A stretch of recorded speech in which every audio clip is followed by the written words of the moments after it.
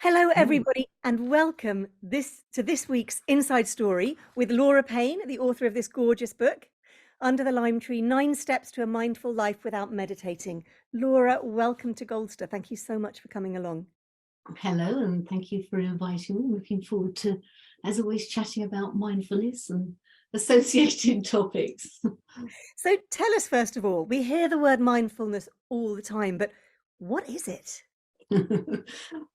Yes, I always think it's perhaps best to tell people what it isn't sometimes, and to how I actually came into mindfulness. I realized I had a problem when I was working, and my kids were then quite young. Well, in fact, they were very young. And I got the kids ready to go out. We were going to the shops.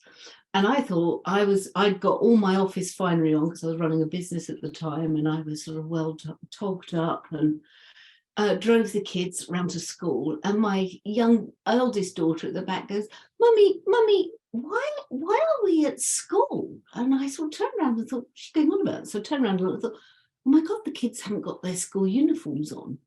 And then I looked again and she said, Mummy, it's Saturday, we're going to the shops. And I realised was on complete autopilot, and I was just doing my normal thing, getting up in the morning, getting the kids ready, taking them to school, going to work.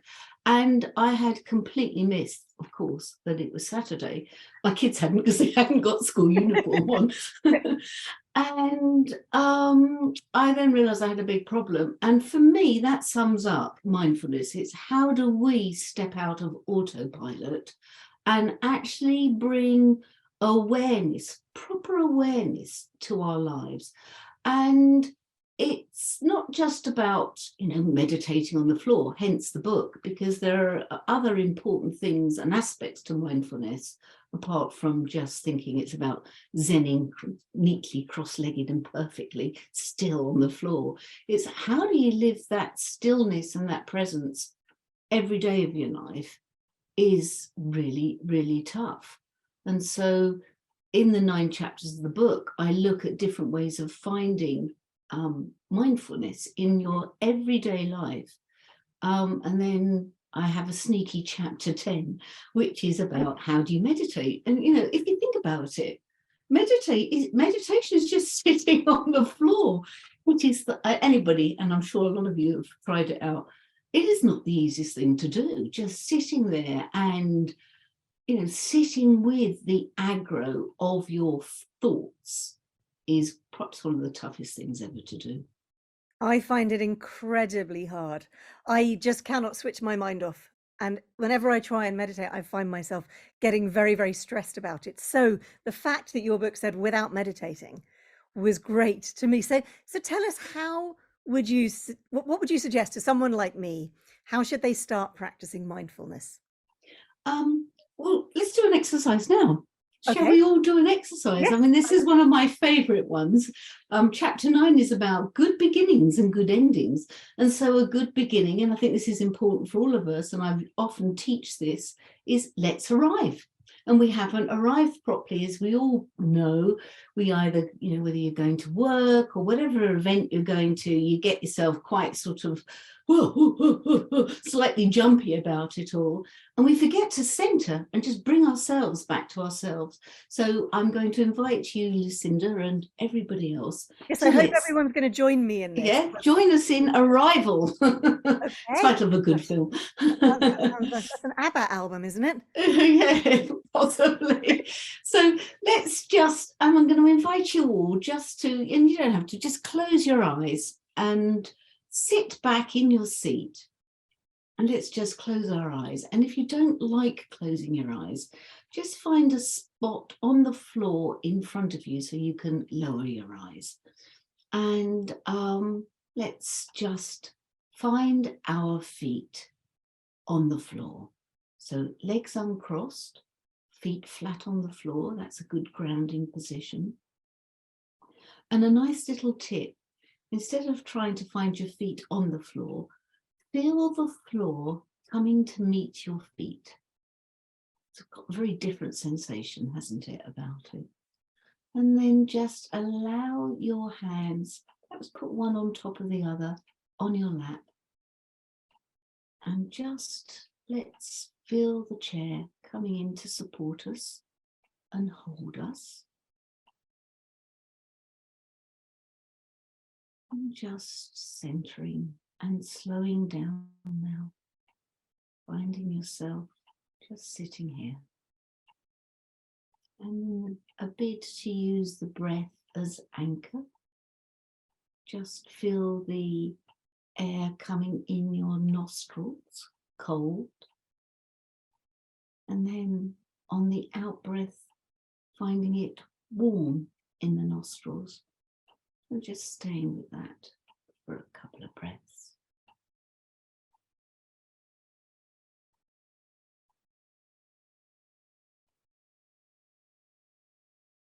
Giving yourself permission to stop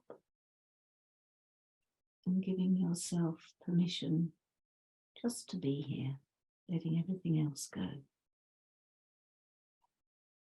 And when you're ready, you have arrived, coming back into the room. How wonderful. That was a really gorgeous moment. I hope that everybody else managed to do that as well. I'd love to hear from you, by the way. If anyone's got any experiences of mindfulness or how you just found that exercise, please do, as always, feel free to put things in the chat. That was beautiful, Laura. Thank you. Thank you. So after your trip to the school, what did you start to do to make your life different? I sold my business. It was quite radical. I had been going to yoga anyway, which had been my initial introduction to mindfulness. I had a superb yoga teacher, and then she left and was replaced by another super yoga teacher, both of whom I'm still in touch with. And I basically sold my business and restructured my life. And I looked at what I'd always wanted to do. I'd always wanted to go back to university and study, which is what I did. And it just changed things around so I could spend more time with my children. I know it feels, I was still working, but I just changed the format of how I was working. And I was also really radical at a later time in my life as well. My marriage had broken up. My kids were then obviously a lot older. And I then decided that I was going to completely change and overhaul my life then, and stopped working as a consultant and decided to retrain as a therapist. And probably the best decision I ever made. I was 50 and everybody said to me, what are you doing? You know, retraining again. And I thought, well, you know, it's only 3-4 years. And trust me, those years really quite quickly. Yeah. And I then got involved with mindfulness properly through the Oxford Mindfulness Centre, which was then run by Mark Williams. I'm going to stretch across and get his book, because this also is such an influential book. He's probably, Mark Williams ran the Oxford Mindfulness Centre. He was a psychologist and a professor there. And just for the recording, that's called Mindfulness, Finding Peace in a... Yes, so that's called Mindfulness, a practical guide to finding peace in a frantic in a frantic world. So mindfulness, a practical guide to finding peace in a frantic world. And that is written by Mark Williams and one of his proteges, Dan Penman, who had been a journalist. And he set up the core 8-week mindfulness program in the UK, based on the work by Jon Kabat-Zinn, who was the main modern day proponent of mindfulness, which he kicked off in the 1980s. And Kabat-Zinn describes mindfulness in his book as paying attention on purpose, in the present moment, non-judgmentally, which I think is quite an interesting aspect of it, to things as they are, not what we want them to be, not what they were. So it's parking all the should haves, could haves, all the what I call the conditional tense stuff, and just seeing how things are. So when we're sitting meditating and we're struggling with all these obtrusive thoughts, welcome them in rather than trying to think, oh God, I'm meant to be sitting here in peace and getting rid of these thoughts. They're there, they're part of you. You can't, it makes it worse if we don't bring them in. And that's what being mindful is. Can you sit with any activity of sort of thinking that's going on in your brain? And we've got lots of messages coming in, and what you just said really replies to somebody who said, I try to meditate, but I find that I know that if I know there are things that need attention, my mind wanders to the tasks. Oh, I know, isn't it awful? But I've been doing this for donkey's years, and I tell you, I've had such a stressful couple of weeks. And I tend to do my meditation every day at around 5:30. And I find having a time that fits in with your schedule, that you really make it part of your schedule, is important. Otherwise, you're in the, oh, I could do that later. We all know that isn't going to happen. And so So I get the changed. tasks done before you meditate, basically. Yeah, or not. 5:30 is the meditation time for me. So I sat down and I could just feel that whole buzzy mindset. It was almost impossible, but I thought, no, I've got to sit with it. This is what's in my mind. I've got varying techniques of getting rid of some of that stuff, none of which I would add was working at that point. But in the end, you sort of plateau out. And the more you do it, the more the brain thinks, no, I can let go of this stuff. And then you plateau out and you find that sweet spot, for want of a better description. We've got lots of comments here. Somebody says, I so want to be able to meditate. I loved the exercise that you did at the beginning. Somebody else says, I particularly loved letting the ground come to your feet. A very different sensation indeed.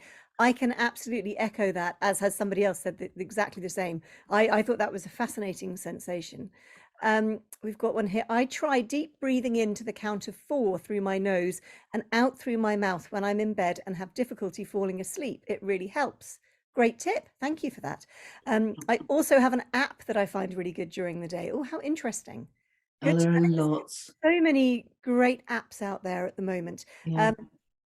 And we have a comment about the Goldster mindfulness meditation on Goldster on Mondays with Ellie, who is excellent, and so is Jess. So there we are, fantastic recommendations. Right, here's the message to you. A very good friend of mine is in a lot of pain. Is there anything that will help her, please? Can mindfulness have any applications for that? Well, cue John Kabat-Zinn, because that's exactly how John Kabat-Zinn got into mindfulness. Like me, in late 1970s, early 80s, he was doing yoga. He'd found meditation through yoga. And he was running a pain management clinic, I think in Massachusetts. There are some YouTube videos out there of him talking about this. And he decided that when he himself was suffering from back pain or whatever, and he found that in meditation or after meditation, it really eased up. So he decided to introduce mindfulness meditation to the class, the group of people in this pain management clinic. And that was what started off his research, because they all reported the most amazing differences by being mindful, not just mindful meditation, but sort of taking on board some of the mindfulness exercise that John Kabat-Zinn was developing. Some of them are really old practices. Some of them are new ones. And later on, I think, as we discussed, Lucinda, we'll do the 3-minute breathing space, which I think if you take nothing else away from today, that is always such a good practice. It's more of the modern day, from the modern day movement, but it's, I think, probably one of the best introductions by them.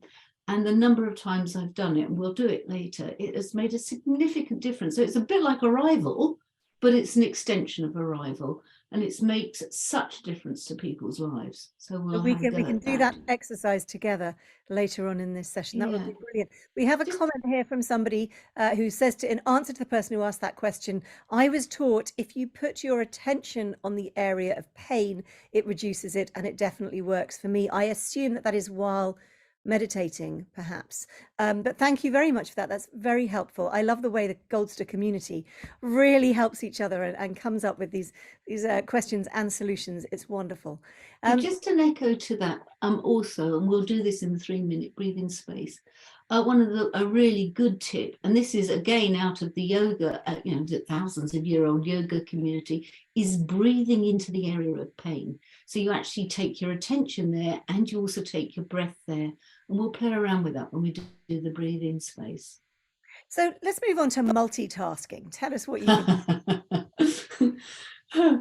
Well, I often say to people, if you just stop and think, and I bet some of you are listening to me and Lucinda, but you're probably on your phone or checking up a few emails or perhaps flicking through a book or your mind's wandered. We all think we can multitask, but thanks to the Harvard mindfulness labs and a couple of other research labs in the States, I hate to say this, women, but we think we're better multitaskers than men. And there might be an aspect that our frontal cortex can process information a little bit quicker, but none of us can actually multitask really. And if we think we're multitasking, we're just dampening down other functions.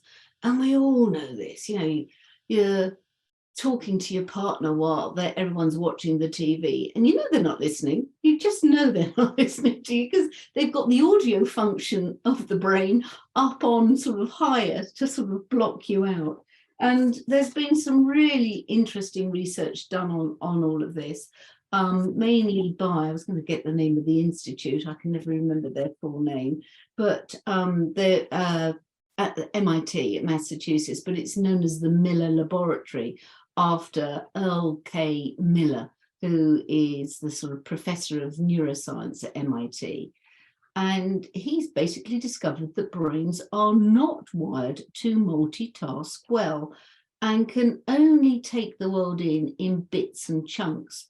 And so as a result of that, we are exhausting ourselves, and they've come to the conclusion that we're, particularly with the growth of the mobile phone and tablets, but mainly the phone, that we're all putting ourselves almost in a state of ADHD, so hypertension deficit disorder, and they call it pseudo ADD.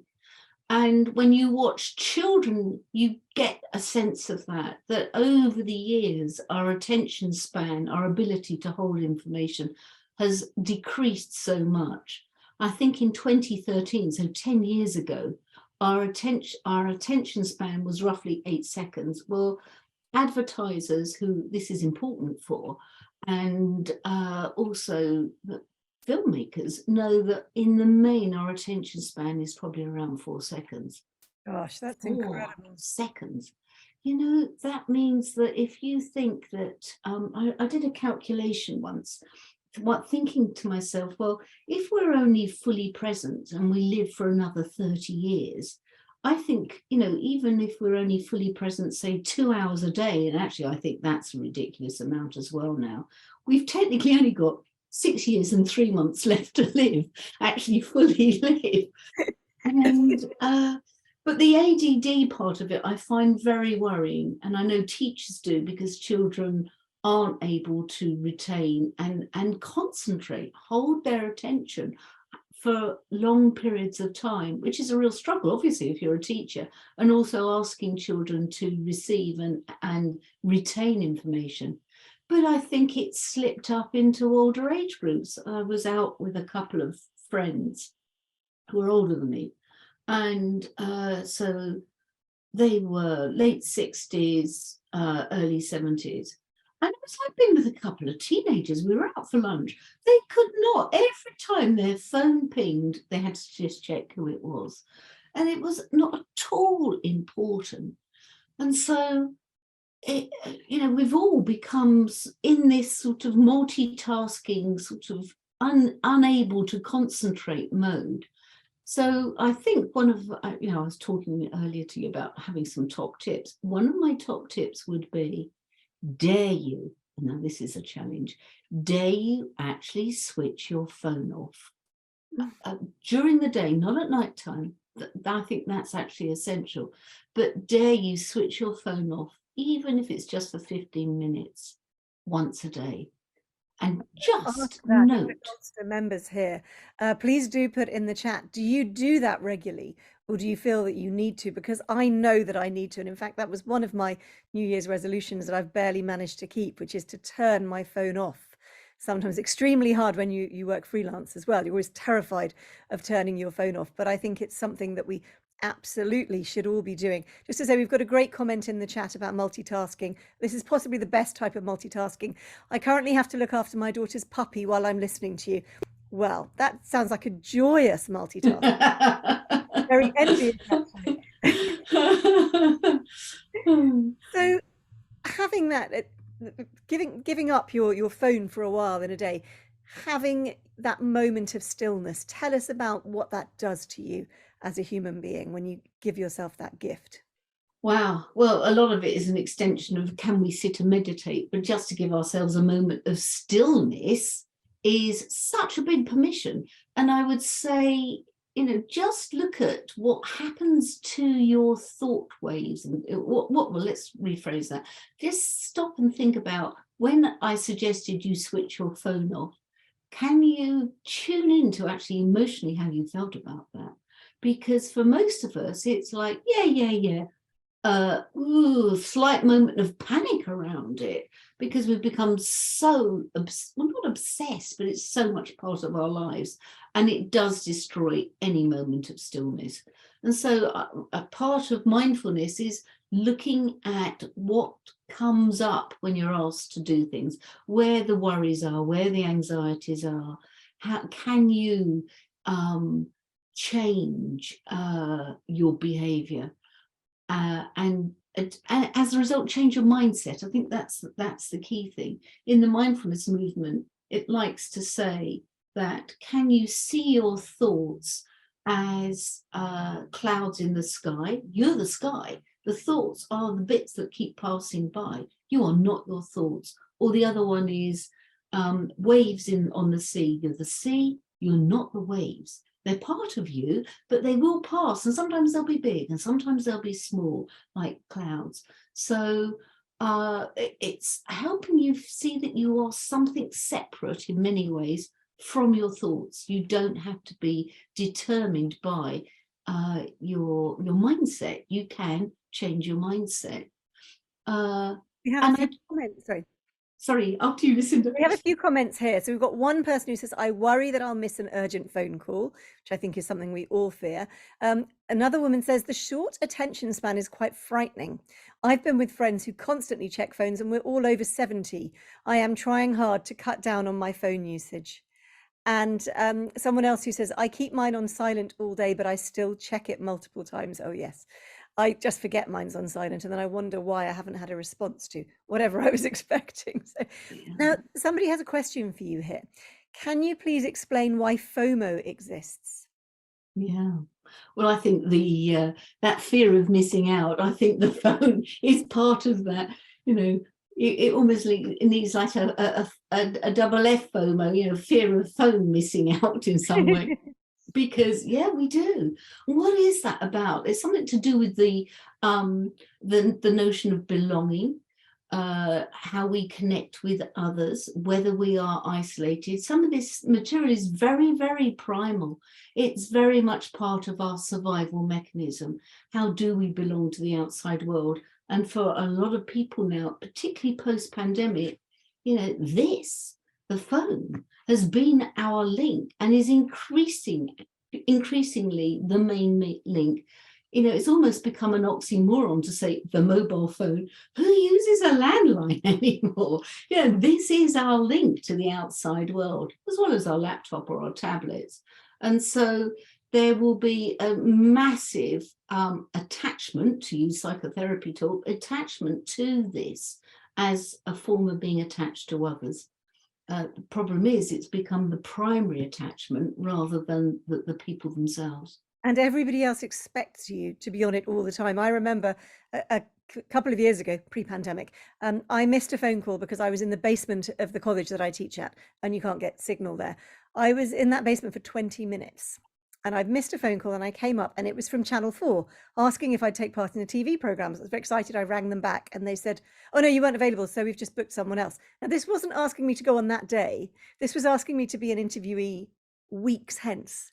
But because I literally wasn't there in that moment, they'd already gone to somebody else. It was extraordinary. Yeah. So I think that's the problem, is that society has got to the point that they just expect that you are there at all times.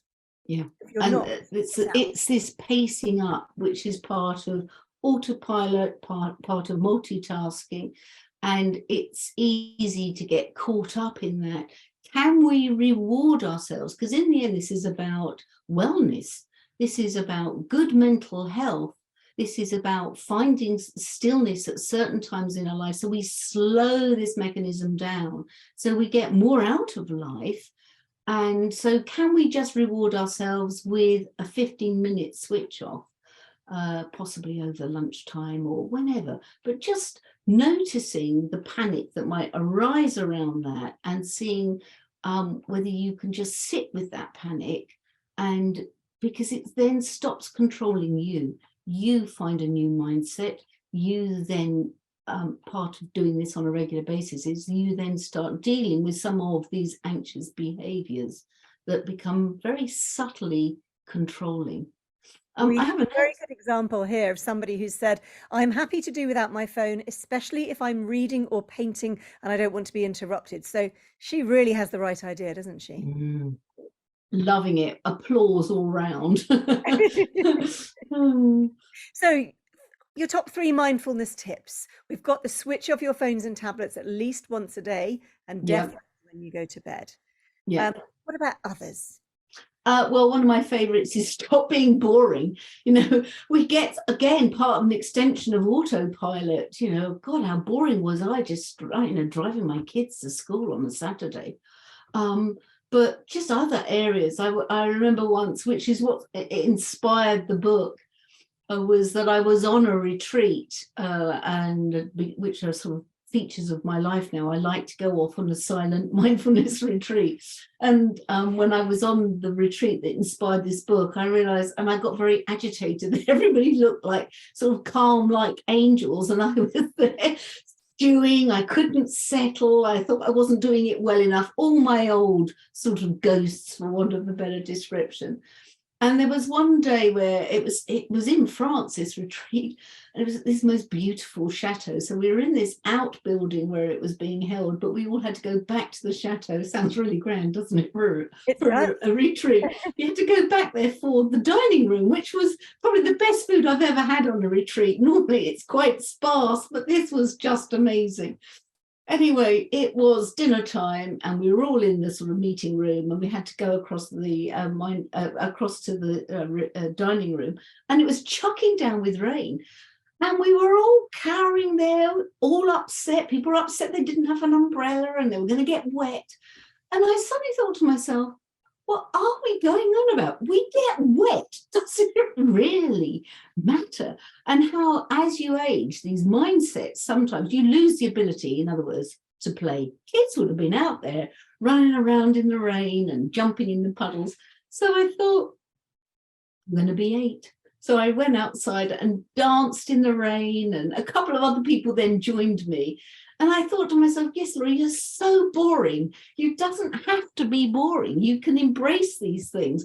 I had such a fabulous time. I really enjoyed the meal. I write about it in the book. The softness, I had bare feet. I took my socks and shoes off. The softness of the grass on my feet. Oh, it was amazing. It was a real sensory moment. And so I've thought a lot about how boring we are. And so a tip, and it's the start of the year, but you can do it in any time of the year, is somebody had given me a lovely calendar, one of those old school calendars, because like everybody else, I keep my calendar on the phone. And it had a little box for each day. So, you turn over the month and you hang it on the wall. And I decided that each day I would find something unique. And it became a wonderful project during the year to make sure that every day I did something that I'd never, ever done before. And you'd be surprised, actually. most days we do something that we've never done before. And what became an interesting challenge was if it was a day that I thought, oh my God, I've just done the same thing that I did yesterday, I would manufacture something that was different. So, for instance, I walked home a different way than I would have walked home before. And we've got a question saying, what sort of things did you do? There we go. Silly things. Walk home. I would buy something different for dinner that I'd never eaten before. I would pick up a book that I perhaps hadn't, that I knew I wanted to read, that I hadn't read before.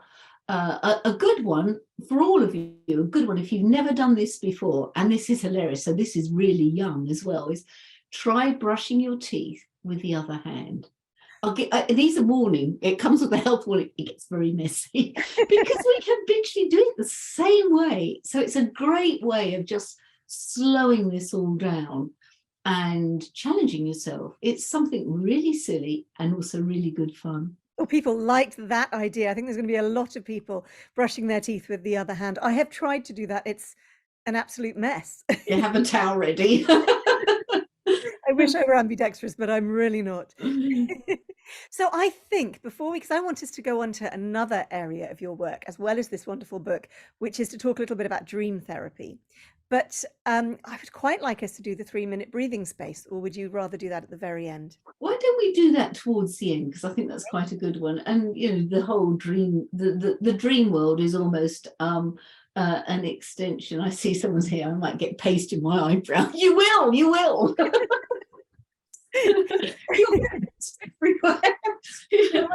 We also had a funny comment. Someone said that she couldn't multitask, and so she couldn't listen to us for a while because she had to go and order online the book by Mark Williams that you recommended. So she had to tune out from the chat for a couple of minutes. There you go. I think that Mark will be very happy with that. He has now retired, but I'm sure he'll be happy with his royalties. To take you back further than dropping the children at school. So you began your life as a journalist, is that right? Is that the beginning? I did, yes. Yeah.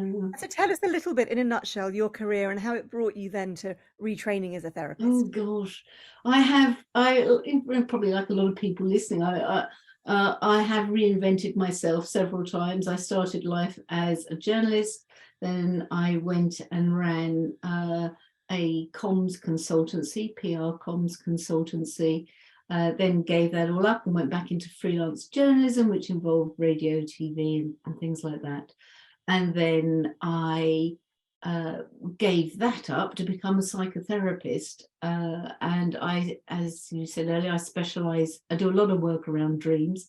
I'm part of the Dreams Research Institute, and we are interested in all things to do with dreams. We're about to launch our own podcast called The Dreamboat podcast. Name, that is. I know. Well, it's going to be. We're recording on a canal boat at Little Venice, and so you might hear ducks in the background. But it feels appropriate recording on water because it's a bit like the dream state. And there are a lot of similarities between mindfulness and dreaming because it's about a form of consciousness. Can we change our consciousness? And the closest all of us know about changing consciousness and it's almost a bit like a radio frequency. Can we dial it up? Can we dial it down? When we dream, that is a change of consciousness, obviously. And different dreams are also slight changes on the bandwidth of dreaming. And I've become really fascinated in dreaming as therapy. It's, I think the Jungians will know this, that the psyche constantly is throwing images at us, and particularly in the dream world. And I always say to clients, it's like the psyche knocking on the door, offering you a way of change, a way of finding a new mindset. We have an interesting question here. I don't even know if you'll be able to answer this. Morning dreams seem far more memorable. How does it all work, please? Oh, well done. You are bang on right. That is the right question. Well done, that person. It is. If any of you've got a Fitbit or smartwatch that tracks your sleep, you will notice that normally just before you wake up, you have what's known as REM sleep, REM, rapid eye movement sleep, which is the bit that they know when we're dreaming. So very often We will remember our dreams just before we wake, and they're often the most powerful dreams as well. So if I'm working with clients or dream groups, or just talking about it generally, the dreams that people have when they are just before they wake or when waking become the most significant, and usually are the most significant dreams for the psyche. A lot of people have changed their relationship with dreaming and remember dreams better, because during the pandemic, a lot of people weren't having to wake up to an alarm clock anymore. And so you're in that sort of, again, consciousness, that sort of mindful zone between sleep and wake, and REM sleep and light sleep and waking, which is such a fertile area for the imagination. A lot of artists, writers will tell you that it's that zone that is so creative. And for a lot of you, you probably know that it is in that period where you can probably find solutions to problems, creative ways forward. It's a very powerful part of sleep, that bit, first thing in the morning and waking. Thank you. We have another question here. What are your thoughts on lucid dreaming, please? I think, could you explain to everyone what lucid dreaming actually is? I love lucid dreaming. In fact, on the podcast, we'll talk to somebody who calls the lucid dream the white whale of dreaming, because it's, some people can do it and some people can't, and spend their life trying to have a lucid dream. So a lucid dream is when you know you're dreaming. And that sounds really silly, but you know you're dreaming enough to then engage and change the dream. So people love to try. Most lucid dreamers kick off first by flying. You know, you suddenly find you have this great ability to fly, walk through walls, have sex with whoever you want to have sex with in the dream. That's a big one for a lot of lucid dreamers. And for some people, it's a very powerful, and clearly a powerful experience. And in therapy, you know, for people who lucid dream, you can go in and change the outcome. You can change your mindset. You can change how you feel about things. It's good work for people who might have regular nightmares. It's so part of the dream therapy that we research at the DRI, the Dream Research Institute, is we look at a technique known as the waking dream technique, which is taking lucid dreaming and taking it and using it as a tool. So you don't actually have to dream. You work with the dream therapist, and we will then take you back through the dream. In, obviously you're awake, but we put you in a sort of, I suppose, a mindfulness sort of state, and we then get you to tell us the dream, and you go back in and we show you ways of perhaps changing it and engaging with the dream while you're awake. And That's a way of dealing with recurring nightmares, for example, if anybody's watching this or listening to this and they're not sure what to do. Yeah, very much so. Or just a dream generally, because as I said earlier, the psyche is brilliant at throwing images at us, which is what dreams are about, wanting to be known, and offering ways of healing. We have a comment here, and I wonder if you can help them out. I have lucid dreams, but when it reaches the pleasurable part, I wake up. It's so annoying. I agree. How can this person stay in their lucid dream, Laura? Do you have any Well, yes, there's a lot of training techniques. There are some very good books out there of exercises you can do so that you don't wake. The pioneer of modern day lucid dreaming is Stephen LaBerge. That's Laberge, who is the guy who started in the 70s studying this as a professor.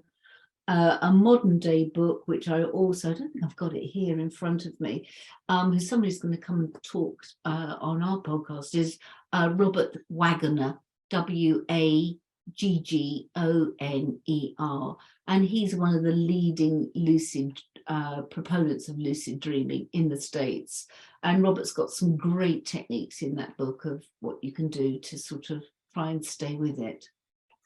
We have a question here. What kind of psychotherapist are you, and are dreams your speciality?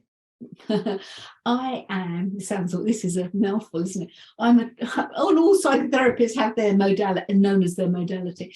I am a transpersonal integrative psychotherapist. And yes, dreams are one of my main areas of one of the main tools I use. Transpersonal means, I always say to clients that I'm interested in you, mind, body, and soul.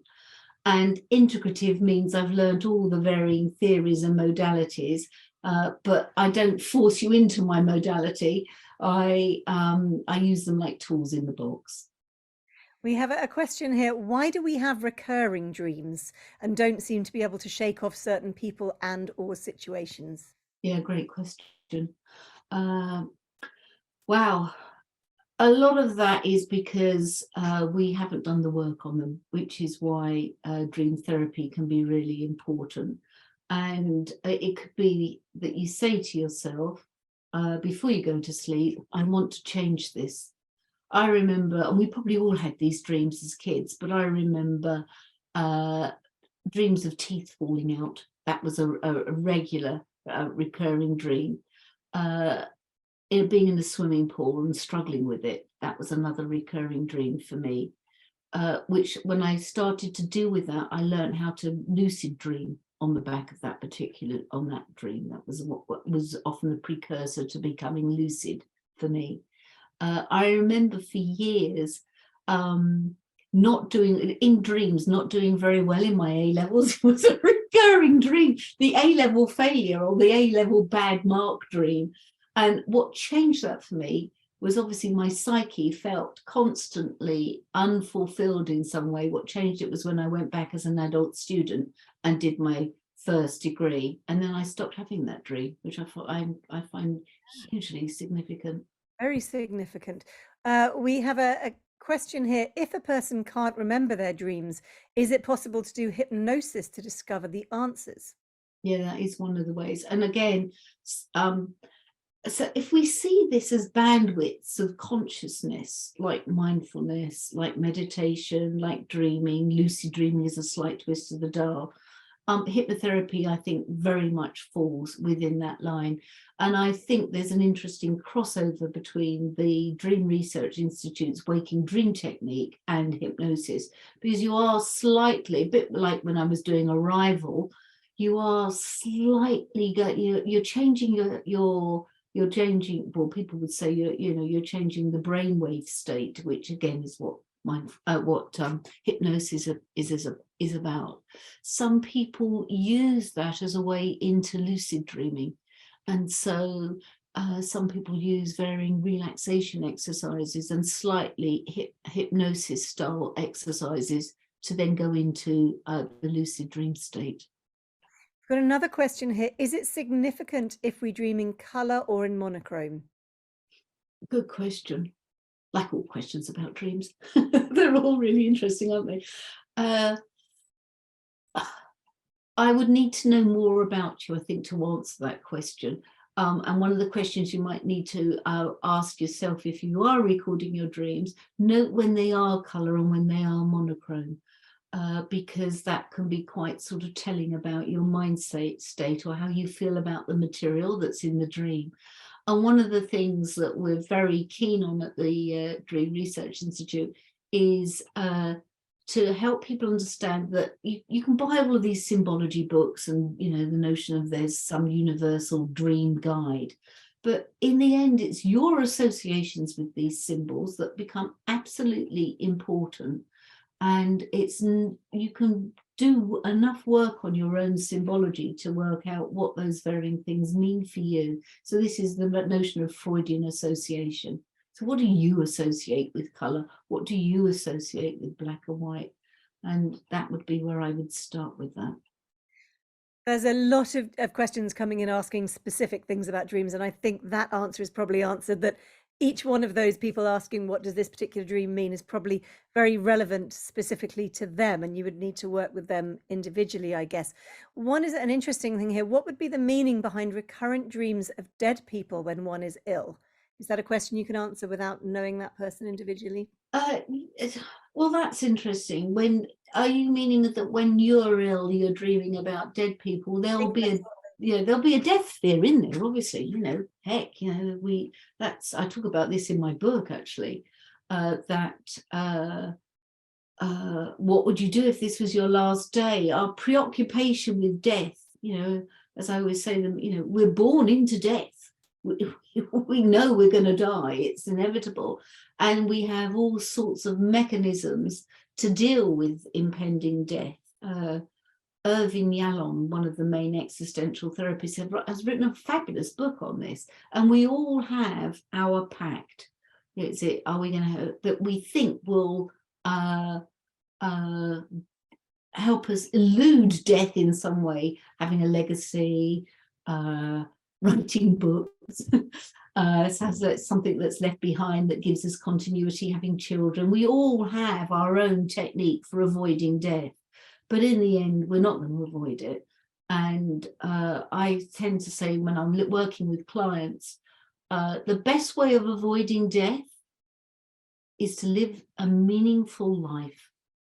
And the best way of leading a meaningful life is leading a life according to your values, not your goals, your values. And so one of your challenges, and a big one to perhaps take away from this session, is what are your top 3 values? And they can be anything from being brave to being healthy, family. It's whatever it is for you. What are your top 3 values? And if it's hard to work that out, do a big list and then try and work it down to the top 3 and live your life according to those values. So every time you have a major decision to make, run it through your values, because if it's not in accordance with your values, you are going to have a miserable time, because those decisions are the ones that will always end up meaning that you're going to have a rough time around it, because they're outside of what's true for you. And so, long answer really to the dream question. And in the dream, I would suggest that being ill will make us think about people who've died, and will make us fear death in some way. Thank you for that. We have another question here, which may be too long to answer here, but do we know which other species dream apart from humans? And I would just like to say that dogs definitely dream, because Exactly. one of my dogs has real running dreams. I can see his legs going. And on the day that he goes to his hydrotherapy, he has swimming dreams for a couple of days, and you can see his legs moving differently. It's very, very sweet. So but do we know about other species? Do we know that, has there been much research done into primates or cats or dogs or anything? I don't know enough about this, and this is definitely going to be one of the episodes on the Dreamboat podcast, because we're going to look at dreaming in animals and what is known. Because obviously, any of us who've got dogs, I've got a lab, and like your dogs, Lucinda, I really know when he's dreaming, and he'll bark and he'll woof in his dreams. Sometimes he'll growl. So, if you think about this, for us, when we're dreaming, we are often reliving the dream. It's a form of reliving our daily life. It's a form of psychotherapy where the psyche or the self is trying to understand what happened that day and work on it and program it in some way. And it seems that dogs definitely do the same. I think cats do. I used to have cats, and they used to dream. I'm going to take you back to your book for a bit, just before we do our 3-minute exercise.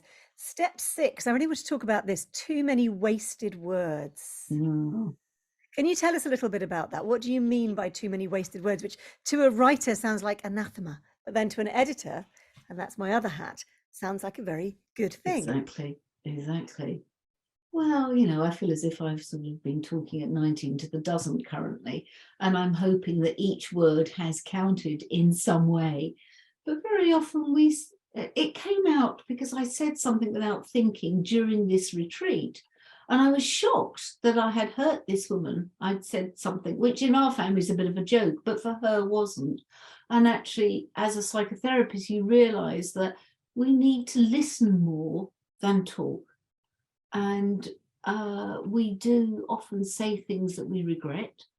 And if we just slowed down and listened more and watched what we said, a lot of misunderstanding would often not occur, and we would be not wasting so much energy. I'll never forget my first yoga teacher used to say, and I'll perhaps do this as part of the 3-minute breathing space, and just check where your tongue is in your mouth, she would say, while we were lying in Shavasana, which for those of you who do yoga knows it's the final death pose.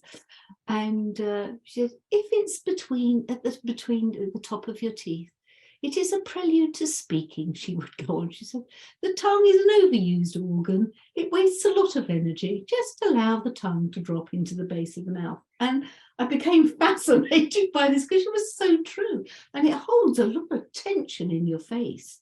And so although I know I'm doing a lot of talking, it is nice to spend time in silence and just, not always feel that you have to say something.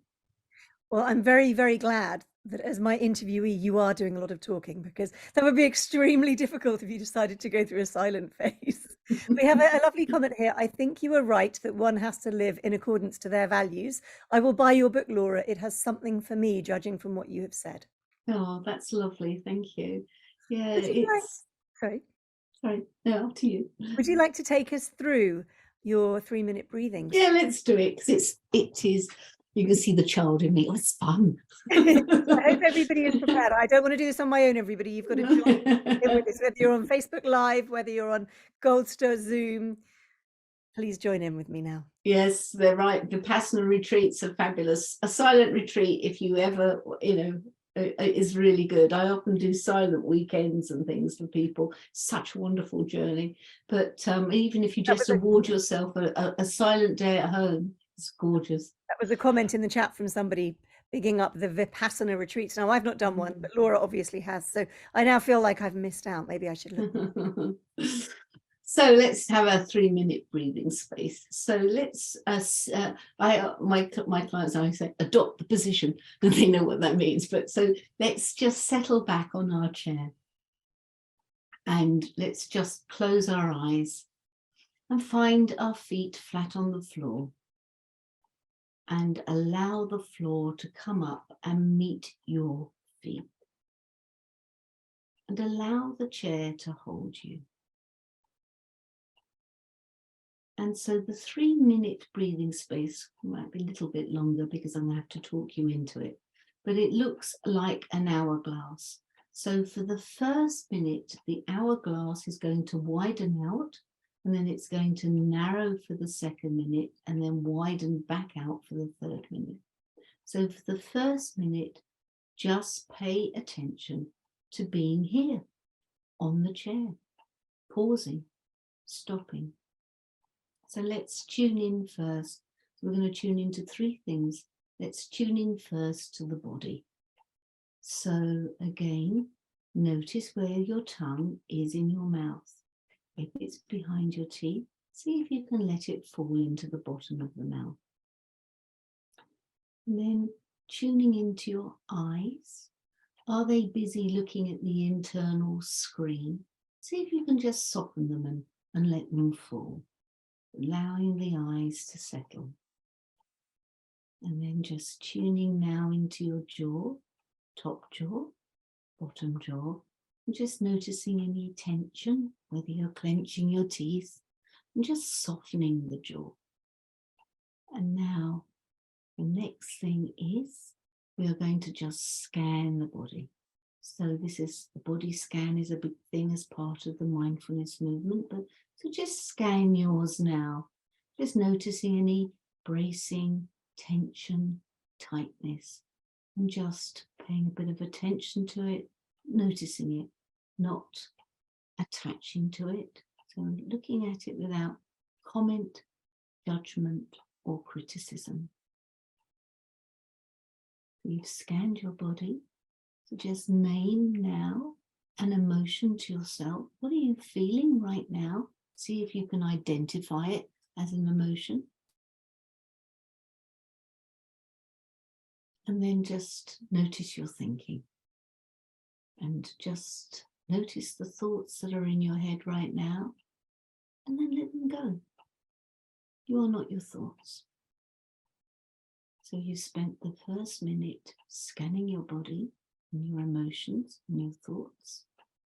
And now you're going to narrow the focus of the hourglass for another minute to just watch your breath. And I always think the best way of doing that is feeling the breath coming in cold in the nostrils on the in-breath and warm in the nostrils on the out-breath. Just staying with that for a while.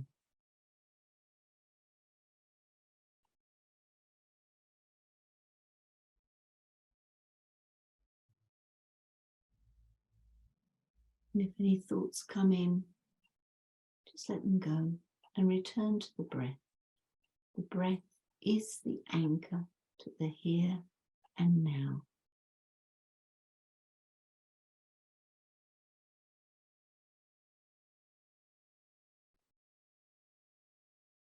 Now for the last minute, let's return to the here and now, noticing yourself on the chair, scanning your body again, taking that breath and perhaps breathing into any tightness or bracing or tension, using the breath as the healer breath. Noticing how you feel right now. Noticing any differences.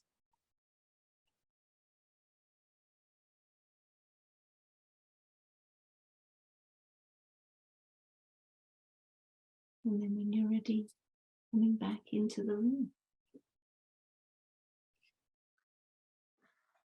Well, that was gorgeous. Problem is, when I'm interviewing somebody and I think I'm going to fall asleep, it's not a good thing. We've had comments already. I've absolutely loved this interview. Thank you both so much. Thank you for an interesting session. Fab interview, loved it. Wow, people have really, really enjoyed this. So, Laura, it's been a joy having you here today. I have put in the chat the link to buy Laura's book. You can go to her website, which is, Laura, do you want to tell us your website address? Oh, it's Laura Payne, Payne.co.uk. Needs a bit of an upgrade, so yes, that will be happening. And here it is, Under the Lime Tree, 9 Steps to a Mindful Life Without Meditating by Laura Payne. Thank you, Laura. You've been a wonderful interview. It has been an absolute pleasure to have you on. We've already had 2 messages to me asking if we can get you back on again. So perhaps we need to get you onto Purpose, Passion, Grit, our sister show on a Tuesday, and you could come and talk about the Asclepian method or something to do with it. But thank you so much. Thank you. It's been lovely. Thank you for all your fabulous comments. And I wish you stillness and presence in your mindful life. Thank you, everybody. That was the end of the recording. I'm just going to tell everybody on Goldster what is coming up next. Just first thing, for those of you who came along to Book of the Month in January, wasn't that wonderful? Prime of Miss Jean Brodie by Muriel Spark. Fantastic how much it really engaged people. This is our next one, Lessons in Chemistry. We've got a new one. We try to go back and forth between classics and modern. Have you read this one, Laura? I haven't. It's on my hit list. It looks gorgeous. It's had good write-ups. I have had it recommended by so many people. Wonderful writer. Bonnie Garmus' debut novel in her 60s, and she's getting loads of praise for it. So please do join me. It's not till the end of the month, of course, but just so that you can get reading. And this is what's coming up tomorrow. Julie Summers, some of you may recognize the name. She was one of our very first Goldster authors 2 years ago now. And she's coming back and she's talking about this book, Jam Busters, also known by the name of Home Fires, because it inspired the TV series Home Fires. And she's going to talk to us about what it was like to have her book turned into a TV series. And do remember, of course, as I've put in the chat, that you are invited, cordially invited, next Thursday in person as well as online. For those of you who want a limited number of tickets, so do email concierge@goldster.co.uk if you haven't already sent a message in the chat to Joe with your name and your email address, you and a guest, or you on your own. It's totally up to you. It's in Fulham in West London. Thank you. We're running out of time. It's been wonderful. I will see many of you tomorrow. Laura, have a fantastic rest of the week and weekend. Take care, everybody. Bye.